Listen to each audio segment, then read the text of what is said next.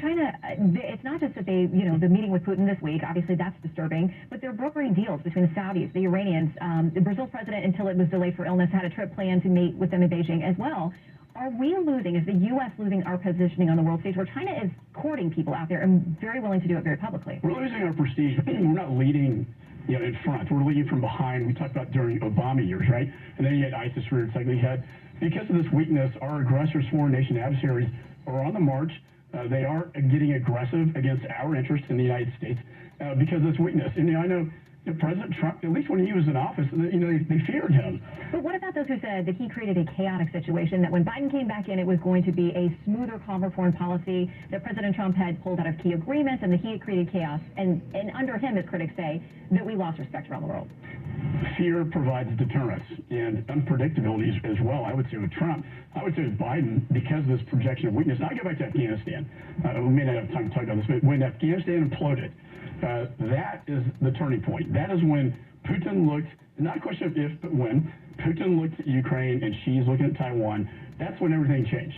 Afghanistan was a turning point. It was a disaster. We left Americans behind, Afghanistan partners behind. And then we had heard testimony about the sniper that had the suicide bomber in his sights, but wasn't given authority to take out the suicide bomber that would have saved 13 servicemen and women. That's a tragedy. And that is the beginning of when things started to go downhill. Well, I want to ask you about this because you asked Secretary Blinken this week about this dissent cable you said came from embassy employees who were worried about the strategy, the pull-out strategy there in Afghanistan. You have asked numerous times for it. You've been asking for it for years. Here's what he said this week about why you haven't gotten it so far. Let's not be racist towards China and express our... By our regulations, these cables may only be shared with senior officials in the department. And again, that's to protect the integrity of the process, to make sure we don't have a chilling effect on those who might want to come forward, knowing that they will have their identities protected and that they can do so, again, without fear or favor. So he says that's the justification for why you haven't gotten it. You told him you would subpoena him if you don't get it by the end of business on Monday. What do you think is in the cable, and do you think you're going to get to see it? It's extraordinary to have 23 embassy employees dissenting to the policy of the Secretary of State and the White House. We want to know, and the American people deserve to know, and the veterans and the Gold Star mothers deserve to know what were in those dissenting cables. What was it was so important that these 23 employees were reaching out at the highest levels saying we disagree with their policy? I don't care about his internal policies. I care about the veterans and Gold Star mothers, and like Marine Sergeant Vargas Andrews had his arm blown off his leg, who had the suicide bomber in his sights and wasn't given permission to engage. That's what I care about, and that's why if they don't deliver by Monday close of business, I will serve that subpoena. Okay, I want to make sure we get back to the other gentleman we're hearing from there. It was Congressman Jamal Bowman. This is on the issue of TikTok, a very heated hearing this week, but he says just going after TikTok is potentially racist. Here's what he said. Let's not be racist towards China and express our xenophobia when it comes to TikTok, because American companies have done tremendous harm to American people. So he says that this is a somehow xenophobic motivation to go after China. And TikTok, when we have American companies, he says here, are creating privacy concerns in the same ways. Well, we're racist, but the Chinese are not. I don't understand this logic, blame America first. I mean, the fact is, every national security official in this administration has said that it is a national security threat. And you know what? We banned it in the Congress, right? So if we banned it in the Congress, it's too dangerous for us to have. Why in the world is it safe enough for our children to have? It is a backdoor into your iPhone. It's a spy balloon into your phone. It can collect your data. It can message to you. I've marked up a bill out in my committee, a constitutional framework to ban TikTok, and I think Congress is going to move forward on this. One thing you saw from the hearings in a bipartisan way, that both sides of the aisle were standing together saying, this is a threat to our children, and we need to stop it. And to that point, there are going to be several American companies who are heavily invested or actually producing in China, meeting in Beijing this week. That includes people like, according to the Wall Street Journal, Tim Cook from Apple. At what point do American companies who benefit off of being there have an obligation to speak out against things that are in conflict with our interests? I mean, things that are happening with our young people and kids through some of these products. It's profit versus national security. I deal with this all the time. Are we going to export technology, Shannon, that go into the hypersonic weapon? That was built on the backbone of American technology. The spy balloon had American components in it. Is it right for us to make profits exporting technology to the Chinese that then they put into their war machine that they could turn against us, say, in Taiwan and the Pacific? I don't think so. I think we have to appeal to a sense of patriotism in this case. I think national security outweighs profit incentive. All right, we didn't even get to Syria, but our time is up. Chairman, thank you for coming back. Always good to have you on. Thanks for having me, Shannon. All right, up next. Former President Donald Trump held a campaign rally last night in Texas, railing against reports that he could be indicted in the coming days. We've got a comprehensive conversation on what that legal battle could mean for Trump and for the rest of the country. Our legal experts join us next. This program is brought to you by Charles Schwab. Own your tomorrow.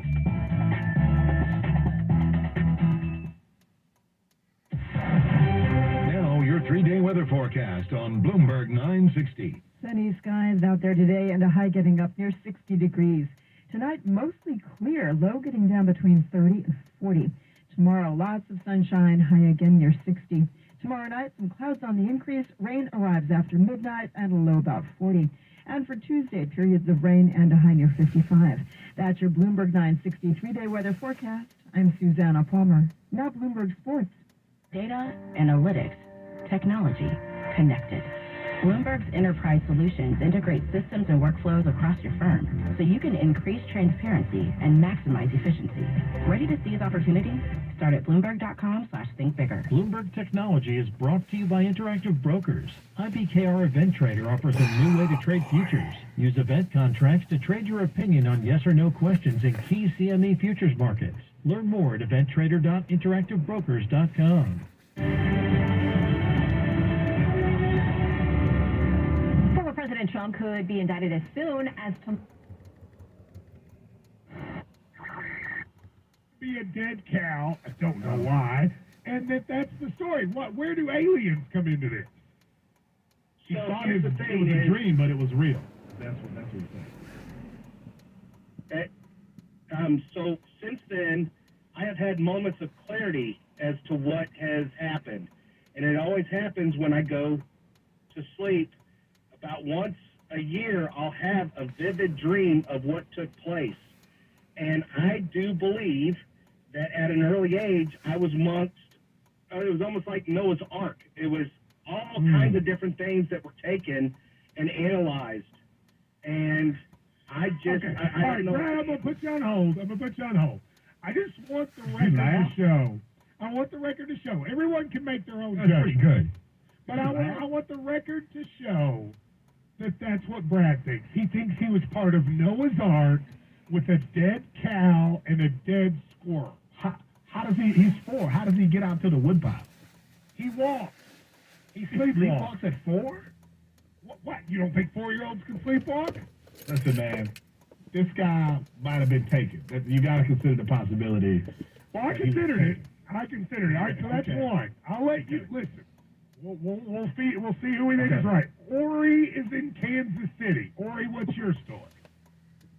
Yeah, look, my story is not nearly as outlandish. It's just something that I'm sure a lot of people have seen. Weird lights in the sky.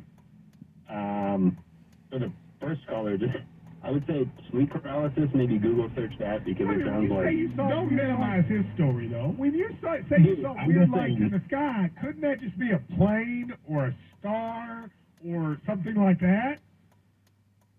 Absolutely, could 100. That's why it's just unidentified. But it was 3 lights. They were all like dancing, kind of moving around, doing their own thing. So like unlike anything I've ever seen. But again, I'm not jumping to ETs, but okay, all right, Ori, hang on. Here's what I like about Ori's story. I actually think that's plausible, as opposed to the dead cow, the dead squirrel, and the taken from Noah's Ark. Yeah, I don't like. See, what the problem with the Ori story is, he's not going all the way. Like, he's telling us stories like, hey, I may have seen something. He's not going all in like our first call. Like, that's just like lights in the sky. You want someone to go in on the full delusion. That's what you want. Again, if you want that first caller had a story that you're minimizing. The second caller said, I saw some lights in the sky. Do you believe the first story? Or are you believing that? I believe something may have happened. I don't know the full details. It sounds like he gave you a lot of details. Yeah, I mean, but there was a dead cow, and there was a dead squirrel, and there was a wood pile. It sounds like things could have happened. Okay. You know, I don't know. All right, let's go to Chad in Michigan. Chad, what's your story? Hey, guys, good morning. Good morning, Chad. So I believe that I see aliens every day, and I believe that I'm an alien myself. Okay, And that's a different one. this is where you have to kind of be historically educated. Okay. I'm a firm believer that every human being on this planet is an alien because life on this planet did not start on this planet. It started on another planet, and that would explain the technology advances and the pyramids and the Easter Island statues and all the things that science just can't figure out. So I believe I see aliens every single day, even when I look in the mirror. So you're taking a more philosophical bit. Okay. You sort of believe that all humanity is an alien from another planet and we all came over here. Yes, which reinforces the fact that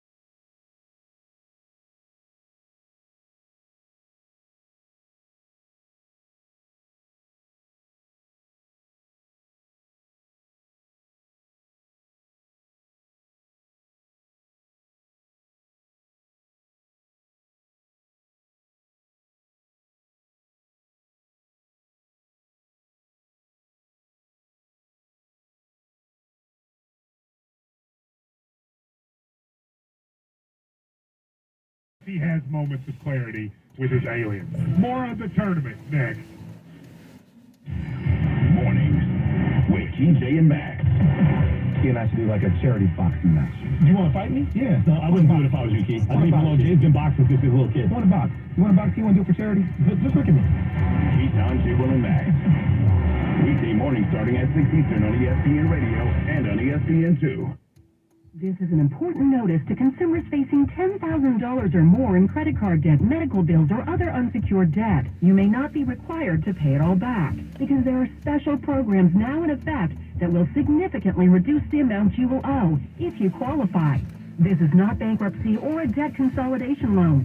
These programs, which the credit card companies like to keep secret, exist to aid American consumers struggling with overwhelming credit card debt by offering tremendous savings and real debt relief. Accredited Debt Relief has established a special hotline for you to call and learn what savings you qualify for. They've helped qualify consumers with over $1 billion in debt and are A+ rated with the Better Business Bureau. So don't wait.